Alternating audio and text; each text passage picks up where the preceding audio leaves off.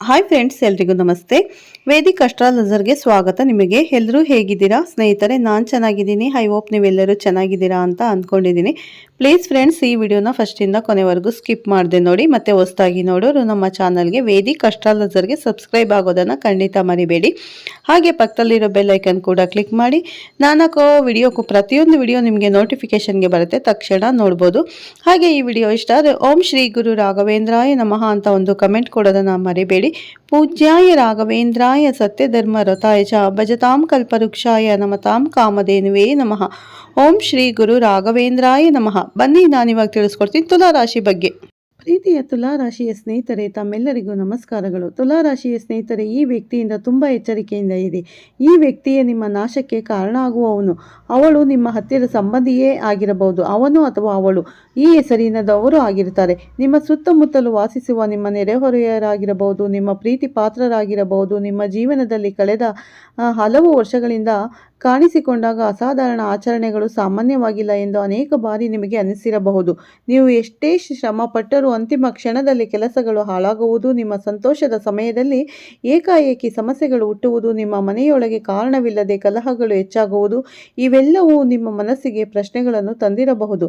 ನೀವು ಶೂರರು, ಧೈರ್ಯಶಾಲಿಗಳು, ನಾಯಕತ್ವ ಗುಣ ಹೊಂದಿದವರು. ಆದರೆ ಇತ್ತೀಚಿನ ವರ್ಷಗಳಲ್ಲಿ ನಿಮ್ಮ ಆತ್ಮವಿಶ್ವಾಸವೇ ಕುಗ್ಗಿದಂತೆ ಅನಿಸುತ್ತಿದೆ. ಇದರ ಹಿಂದೆಗಡೆ ಯಾರಾದರೂ ಕಣ್ಣಿಟ್ಟಿರುವ ಸಾಧ್ಯತೆಗಳನ್ನು ನಿರ್ಲಕ್ಷ್ಯ ಮಾಡಬಾರದು ಎಂದು ಹಿರಿಯರು ಹೇಳುತ್ತಾರೆ. ತುಲಾರಾಶಿಯ ಸ್ನೇಹಿತರೆ, ನಿಮ್ಮ ಬೆಳವಣಿಗೆಯನ್ನು ಸಹಿಸದ ಒಂದು ಹೆಣ್ಣು ನಿಮ್ಮ ಸುತ್ತಮುತ್ತ ಇರಬಹುದು.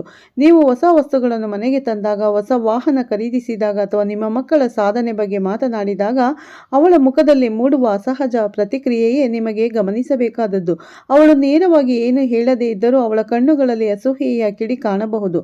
ನೀವು ಪ್ರಗತಿ ಸಾಧಿಸಿದಾಗ ಅವಳಿಗೆ ಅಸ್ವಸ್ಥತೆ ಉಂಟಾಗುತ್ತದೆ. ನಿಮ್ಮ ನಗು ಅವಳಿಗೆ ನೋವಾಗುತ್ತದೆ.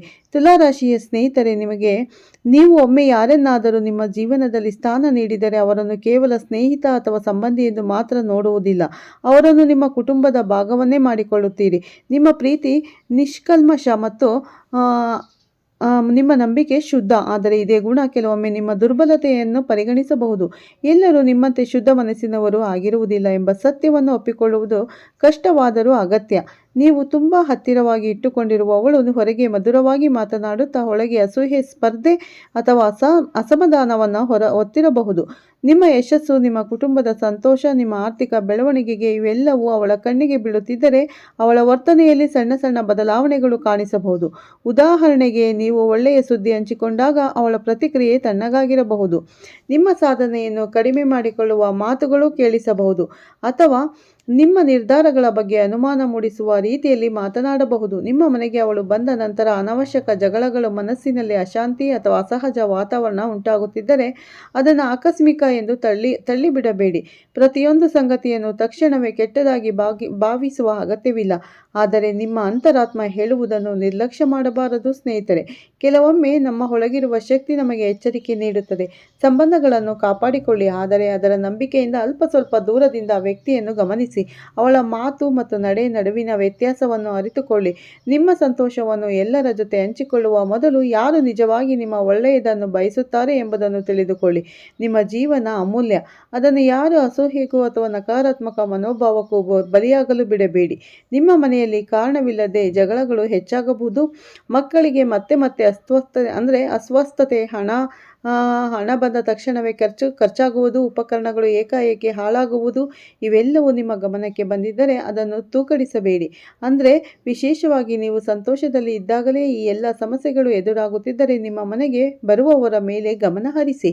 ಕೆಲವರು ನಿಮ್ಮ ಮನೆಯ ಐಶ್ವರ್ಯವನ್ನು ನೋಡಿ ಒಳಗೆ ಅಸೂಯೆ ಹೊತ್ತಿರಬಹುದು. ಕೆಲವು ಮಹಿಳೆಯರು ನಿಮ್ಮ ಮಕ್ಕಳನ್ನು ಅತಿಯಾಗಿ ಮುದ್ದಾಡಲು ಪ್ರಯತ್ನಿಸಬಹುದು. ಪ್ರತಿ ಬಾರಿ ನಿಮ್ಮ ಮಗು ಅವರ ಮಡಿಲಿಗೆ ಹೋದ ನಂತರ ಅಸ್ವಸ್ಥವಾಗುತ್ತಿದ್ದರೆ ಅಥವಾ ಅಳುತ್ತಿದ್ದರೆ ನೀವು ಎಚ್ಚರವಾಗಿರಬೇಕು.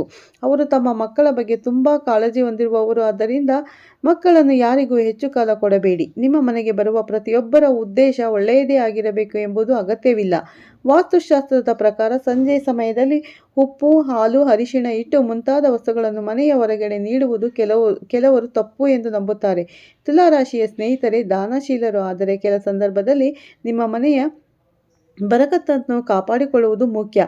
ನಿಮ್ಮ ಮನೆಗೆ ಪದೇ ಪದೇ ಬಂದು ಖಾಸಗಿ ವಿಚಾರಗಳಲ್ಲಿ ತಲೆ ಹಾಕುವವರನ್ನು ಗಮನಿಸಿ. ನಿಮ್ಮ ಸಂತೋಷವನ್ನು ಪರಿಶೀಲಿಸುವುದರಿಂದ ಸ್ವಲ್ಪ ದೂರ ಇರಿ. ನಿದ್ರೆಯಲ್ಲಿ ಭಯಾನಕ ಕನಸುಗಳು, ಮನಸ್ಸಿಗೆ ಅಶಾಂತಿ, ಕಾರಣವಿಲ್ಲದೆ ಆತಂಕ, ಹಣ ಬರಬೇಕಾದ ಸಮಯದಲ್ಲಿ ಅಡ್ಡಿ, ಇವುಗಳನ್ನು ನೀವು ಅನುಭವಿಸಿದರೆ ಅದನ್ನು ಗಮನಿಸಿ. ಮನೆಯ ಮೂಲೆಗಳಲ್ಲಿ ಅನಗತ್ಯ ವಸ್ತುಗಳು ಕಂಡುಬಂದರೆ ಅದನ್ನು ತಕ್ಷಣ ತೆಗೆದುಹಾಕಿ. ಆದರೆ ಜಾಗ್ರತೆ ವಹಿಸುವವರು. ನಿಮ್ಮ ಆತ್ಮಬಲವೇ ನಿಮ್ಮ ದೊಡ್ಡ ರಕ್ಷಣೆ. ಈ ಸಮಯದಲ್ಲಿ ಗ್ರಹಗಳ ಚಲನೆಯ ಪರಿಣಾಮವಾಗಿ ನಿಮ್ಮ ಜೀವನದಲ್ಲಿ ಮಹತ್ವದ ತಿರುವುಗಳು ಸಂಭವಿಸುವ ಸಾಧ್ಯತೆ ಇದೆ. ಕಳೆದ ಕೆಲವು ವರ್ಷಗಳಿಂದ ಅನುಭವಿಸಿದ ಅಡೆತಡೆಗಳು, ಆರ್ಥಿಕ ಒತ್ತಡಗಳು ಮತ್ತು ಮನಸ್ಸಿನ ಸಂಕಟಗಳು ಈಗ ನಿಧಾನವಾಗಿ ಕಡಿಮೆಯಾಗಲಿದೆ. ನೀವು ಹಾಕಿದ ಪರಿಶ್ರಮ, ಮಾಡಿದ ತ್ಯಾಗ ಮತ್ತು ತಾಳ್ಮೆಯಿಂದ ಕಾದ ಕ್ಷಣಗಳು ವ್ಯರ್ಥವಾಗಿಲ್ಲ. ಅದರ ಫಲ ಈಗ ಸ್ಪಷ್ಟವಾಗಿ ಕಾಣಲು ಆರಂಭವಾಗುತ್ತದೆ. ಉದ್ಯೋಗದಲ್ಲಿ ಮಾನ್ಯತೆ, ವ್ಯಾಪಾರದಲ್ಲಿ ಲಾಭ, ಸಮಾಜದಲ್ಲಿ ಗೌರವ ಮತ್ತು ಕುಟುಂಬದಲ್ಲಿ ಸಂತೋಷ ಹೆಚ್ಚಾಗುವ ಸೂಚನೆಗಳು ಕಾಣಿಸುತ್ತವೆ. ನಿಮ್ಮ ಮೇಲೆ ಇದ್ದ ನಕಾರಾತ್ಮಕ ಪ್ರಭಾವಗಳು ನಿಧಾನವಾಗಿ ಕ್ಷೀಣಿಸುತ್ತಾ ಹೊಸ ಅವಕಾಶಗಳು ನಿಮ್ಮ ಮುಂದೆ ಬಾಗಿಲು ತಟ್ಟಲಿವೆ. ಈ ಸಮಯದಲ್ಲಿ ಆತ್ಮವಿಶ್ವಾಸವನ್ನು ಕಾಪಾಡಿಕೊಂಡು ಧೈರ್ಯವಾಗಿ ಮುಂದುವರಿದರೆ ನಿಮ್ಮ ಜೀವನದಲ್ಲಿ ಸ್ಥಿರವಾದ ಯಶಸ್ಸು ಮತ್ತು ಸಮೃದ್ಧಿ ನೆಲೆಯಾಗಲಿದೆ. ನೀವು ಅವಳಿಂದ ಮುಕ್ತಿಯನ್ನು ಹೊಂದಲು ಪ್ರತಿ ಮಂಗಳವಾರ ಹಾಗೂ ಶನಿವಾರ ಉಪ್ಪು, ಸಾಸಿವೆ ಮತ್ತು ಒಣಮೆಣಸಿನಕಾಯಿಯನ್ನು ತೆಗೆದುಕೊಳ್ಳಿ. ನಂತರ ಮನೆಯವರೆಲ್ಲರೂ 7 ಸುತ್ತು ನಿಮ್ಮ ತಲೆಯ ಸುತ್ತಲೂ ಸುತ್ತಿಸಿ ಅದನ್ನು ಒಲೆಗೆ ಹಾಕಿ ಸುಟ್ಟುಬಿಡಿ.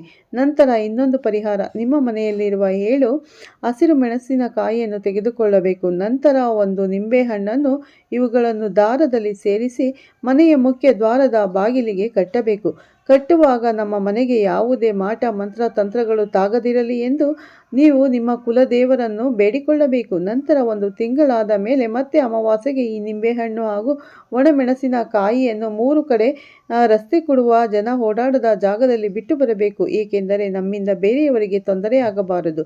ತುಳಸಿ ಗಿಡವನ್ನು ಮನೆಯಲ್ಲಿ ನೆಡುವುದು ಧಾರ್ಮಿಕವಾಗಿ ಮಾತ್ರವಲ್ಲ, ಆರೋಗ್ಯದ ದೃಷ್ಟಿಯಿಂದಲೂ ಉತ್ತಮ ಎಂದು ಪರಿಗಣಿಸಲಾಗುತ್ತದೆ. ಈ ರೀತಿಯ ಆಚರಣೆಗಳು ವಿಜ್ಞಾನ ಆಧಾರಿತವಾಗಿರಲಿ ಇಲ್ಲದಿರಲಿ, ಅವು ನಿಮ್ಮ ಮನಸ್ಸಿಗೆ ಧೈರ್ಯ ಮತ್ತು ನಂಬಿಕೆಯನ್ನು ನೀಡುವ ಶಕ್ತಿಯನ್ನು ಹೊಂದಿದೆ. ಕುಟುಂಬದವರು ಒಟ್ಟಾಗಿ ಪ್ರಾರ್ಥನೆ ಮಾಡುವುದು, ಸ್ವಚ್ಛತೆ ಕಾಪಾಡುವುದು ಮತ್ತು ಒಳ್ಳೆಯ ಚಿಂತನೆಗಳನ್ನು ಬೆಳೆಸುವುದು ಮನೆಯ ಶಾಂತಿ ಮತ್ತು ಸುಖ ಸಮೃದ್ಧಿಗೆ ನಿಜವಾದ ಆಧಾರವಾಗುತ್ತದೆ. ಸ್ನೇಹಿತರೆ, ಈ ನನ್ನ ಮಾಹಿತಿ ನಿಮಗೆ ಇಷ್ಟವಾಗಿದ್ದಲ್ಲಿ ದಯವಿಟ್ಟು ಶೇರ್ ಮಾಡಿ, ಲೈಕ್ ಮಾಡಿ ಮತ್ತು ಸಬ್ಸ್ಕ್ರೈಬ್ ಮಾಡಿ ಅಂತ ಕೇಳ್ಕೊತೀನಿ. ಯಾರೆಲ್ಲ ಈ ವಿಡಿಯೋನ ನೋಡ್ತಾ ಇದ್ದೀರಾ, ಖಂಡಿತ ತುಲಾ ರಾಶಿಯವರಿಗೆ ಶೇರ್ ಮಾಡಿ. ಆ ಹೆಣ್ಣು ಅಂದರೆ ನಿಮಗೆ ಈ ಕೆಡುಕನ್ನು ಬಯಸ್ತಿರೋ ಹೆಣ್ಣು ನಿಮ್ಮ ಸುತ್ತಮುತ್ತನೇ ಇರ್ತಾಳೆ. ಆದರೆ ಅವಳನ್ನು ನೀವೇ ಕಂಡು ಹಿಡಿಬೇಕು. ಯಾಕಂದರೆ ನಿಮ್ಮ ಏಳಿಗೆಯನ್ನು ಸಹಿಸದ ಹೆಣ್ಣು ಅವಳು. ಹಾಗಾಗಿ ಅವಳು ಯಾರೆಂದು ನಿಮಗೆ ಗೊತ್ತಾಗುತ್ತದೆ. ಖಂಡಿತ ಅವಳಿಂದ ನಿಮ್ಮ ಜೀವನದಿಂದ ದೂರವಿರಿ. ಅತಿಯಾದ ನಂಬಿಕೆ ಇಟ್ಟು ಅವಳಿಗೆ ಮನೆಯ ವಿಚಾರಗಳನ್ನು ಹೇಳಕ್ಕೆ ಹೋಗಬೇಡಿ. ಯಾವುದೇ ಕಾರಣಕ್ಕೂ ಹೇಳಬೇಡಿ ಸ್ನೇಹಿತರೆ. ಹಾಗಾಗಿ ಈ ವಿಷಯದಲ್ಲಿ ಸ್ವಲ್ಪ ಎಚ್ಚರಿಕೆಯಿಂದ ಇರಿ. ಮಕ್ಕಳ ಬಗ್ಗೆ ಎಚ್ಚರಿಕೆಯಿಂದ ಇರಿ ಅಂತ ಹೇಳ್ತಾ ಈ ವಿಡಿಯೋನ ಎಂಡ್ ಮಾಡ್ತೀನಿ. ಮತ್ತೆ ಸಿಗ್ತೀನಿ ಅಂತ ಹೇಳ್ತಾ ಈ ವಿಡಿಯೋನ ಎಂಡ್ ಮಾಡ್ತೀನಿ. ನಿಮಗೆಲ್ಲರಿಗೂ ಈ ವಿಡಿಯೋ ಇಷ್ಟ ಆಗಿದ್ರೆ ಲೈಕ್ ಮಾಡಿ, ಶೇರ್ ಮಾಡಿ. ಮತ್ತೆ ಹೊಸದಾಗಿ ನೋಡೋರು ನಮ್ಮ ಚಾನಲ್ಗೆ ಸಬ್ಸ್ಕ್ರೈಬ್ ಮಾಡಿಕೊಂಡು ಪಕ್ಕದಲ್ಲಿರೋ ಬೆಲ್ಲೈಕನ್ ಕ್ಲಿಕ್ ಮಾಡಿ. ನಾನು ಹಾಕೋ ಪ್ರತಿಯೊಂದು ವಿಡಿಯೋ ನೋಟಿಫಿಕೇಷನ್ಗೆ ಬರುತ್ತೆ, ತಕ್ಷಣ ನೋಡ್ಬೋದು ಸ್ನೇಹಿತರೆ. ಪ್ರತಿಯೊಬ್ಬರಿಗೂ ಒಳ್ಳೆಯದಾಗಲಿ ಅಂತ ಈ ವಿಡಿಯೋನ ಇಲ್ಲೇ ಎಂಡ್ ಮಾಡ್ತೀನಿ. ಮತ್ತೆ ಸಿಗ್ತೀನಿ ಉತ್ತಮ ರಾಶಿ ಭವಿಷ್ಯದೊಂದಿಗೆ. ಅಲ್ಲಿವರೆಗೂ ತಮ್ಮೆಲ್ಲರಿಗೂ ಧನ್ಯವಾದಗಳು ಸ್ನೇಹಿತರೆ. ಎಲ್ಲರಿಗೂ ಒಳ್ಳೆಯದಾಗಲಿ.